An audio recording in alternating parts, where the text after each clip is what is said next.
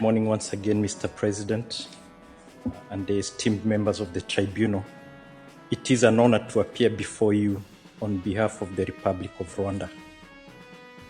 Let me begin by saying that Rwanda has a deep connection to the plight of those seeking safety and security in a new land.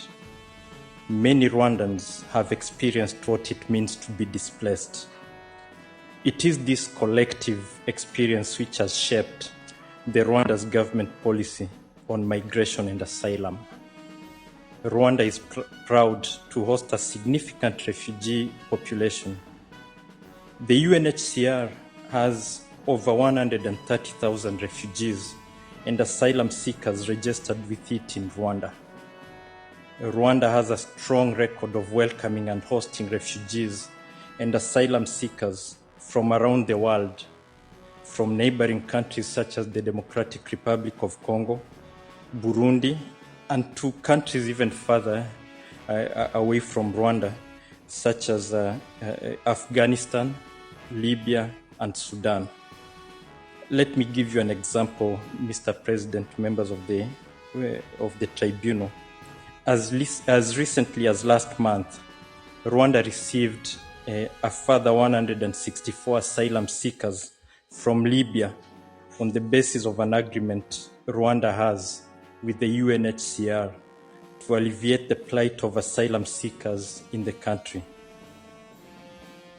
Rwanda has long been ambitious with its refugee policies, and Rwanda firmly believes that refugees make social, cultural, and economic contributions to the societies in which they integrate, if they are allowed to do so.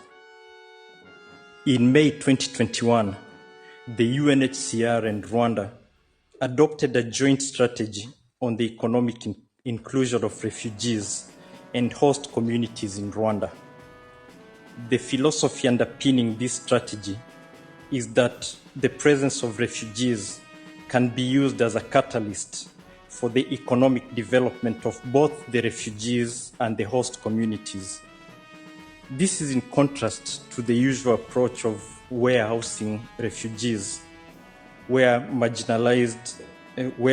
marginalizes them from their host communities and leaves them almost entirely dependent on humanitarian assistance for their livelihood. In September 2021, Rwanda agreed a plan with the International Organization for Migration, IOM, to resettle Afghan girls from Afghanistan who had been excluded from secondary school by the Taliban regime. The School of Leadership, Afghanistan, was established in Kigali and continues to operate successfully, accepting applications from Afghan refugee girls all over the world.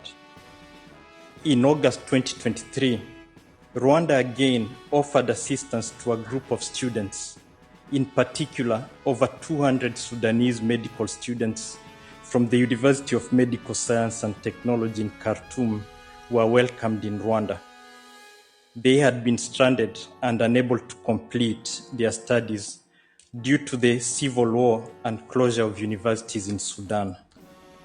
So, when the United Kingdom sought a partner to develop a bold, new approach to migration, Rwanda was an obvious choice. Both parties described this partnership as the Migration and Economic Development Partnership, which I will abbreviate as MEDP. The name suggests the MEDP sought to do two things. It was aimed at deterring the dangerous migration journeys which are causing untold suffering. At the same time, it also sought to address the global imbalance of economic opportunity, which is one of the underlying causes of mass irregular migration.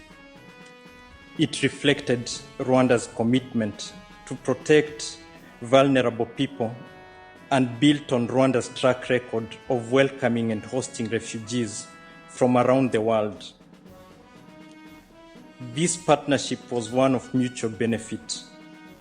Rwanda assisted the United Kingdom in securing the policy objective of stopping illegal migration across the Channel, and the United Kingdom assisted Rwanda in improving its capacity to host and integrate refugees in Rwanda. By tying migration to economic development, as its title suggested, the MEDP would support Rwanda's migration strategies, which, as I have explained, focused on creating opportunities for both host and refugee communities in Rwanda. Once the partnership in April 2022 was announced, Rwanda proceeded to implement its commitments at pace. By way of illustration, Rwanda embarked upon significant constitutional, legislative, and administrative reforms to enable the implementation of the MEDP.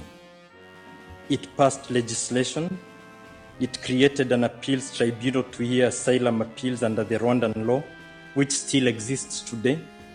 It created at least 12 ministerial and administrative structures to deal with the MEDP. Rwanda also prepared reception facilities for the incoming refugees and incurred significant costs in doing so. As part of the partnership, the parties established a program which is the Economic Transformation and Integration Fund, or the ETIF, as I will abbreviate it going forward. The funds committed under its auspices were intended to support, and I quote here, sustainable and inclusive economic growth within Rwanda, unquote. And another objective was, I quote again, to improve the conditions of the existing refugee population and host communities. So these were existing refugees already in Rwanda. I end the quote. They were originally paid under a non-binding April 2022 exchange of notes, and once the MOU establishing the MEDP was upgraded to a binding treaty, a binding exchange of notes followed in June 2024. It was this exchange that gave rise to what Rwanda has described as the 2024 financial note, under which the United Kingdom undertook to pay £50 million in the ETIF funds in April 2025 and a further £50 million in April 2026. Shortly after the 2024 financial note was agreed, however, there was a change of government in the United Kingdom. The new Prime Minister declared the Rwanda scheme to be dead and buried on his first full day in office. The United Kingdom did not do Rwanda a courtesy of informing it in advance. Instead, Rwanda was left to read about these developments in the media. The United Kingdom then sought to walk away from its legal obligations. One of those was the United Kingdom's obligation to pay ETIF funds to Rwanda. This led to several exchanges between the parties, including the key November note verbals, which this tribunal will be called upon to construe.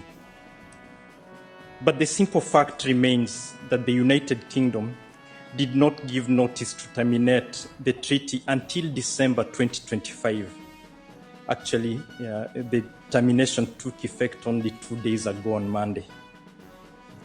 The MEDP was in force for just 2 months under the previous British government, and the finance note for just over 2 weeks. Both of these binding legal instruments have been in force for over 18 months under the British government that won the elections in July 2024. Whatever assessment that British government made of its policy interests, the obligations by which they have chosen to remain bound must be honored. Rwanda's case is straightforward. The United Kingdom may well have wished Rwanda to forego significant sums of money. The parties may well have had discussions on this matter, but Rwanda, ultimately chose to provide not to provide its consent to the United Kingdom's proposal. It did so in very clear terms by refusing to accept the language of agreement in the UK's draft initiating note, and by omitting any language from the reply note that could have indicated consent to be bound. The position would have been clear to the United Kingdom as it was clear to Rwanda. The payment of the ETIF fund is not the only obligation that the United Kingdom has sought to avoid after its change of government. The United Kingdom has also sought to avoid the resettlement of vulnerable refugees from Rwanda under Article 19 of the MEDP. In March 2025, Rwanda invited the Joint Committee comprised of Rwanda and British representatives to urgently finalize arrangements for the resettlement of refugees in the United Kingdom, noting that the United Kingdom had failed to take action to fulfill its obligations. As the tribunal will see, the United Kingdom response was to refer to its intended termination of the agreement, making it clear that it was going to take no steps to perform any of its obligations in view of its intentions.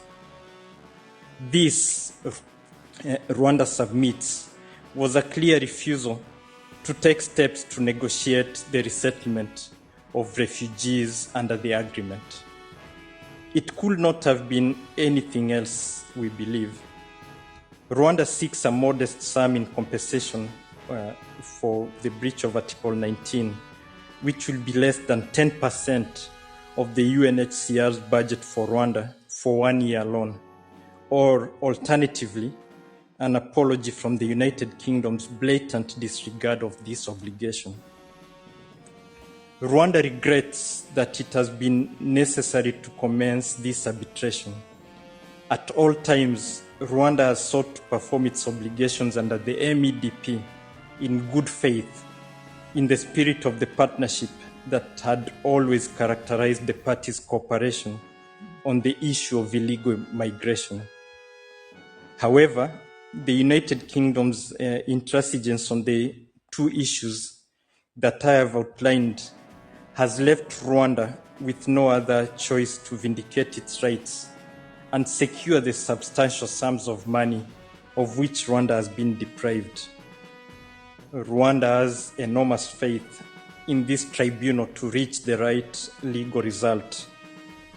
Whatever the outcome, Rwanda remains to finding solutions to global migration crisis, including providing safety, dignity, and opportunity to refugees and migrants who come to our country.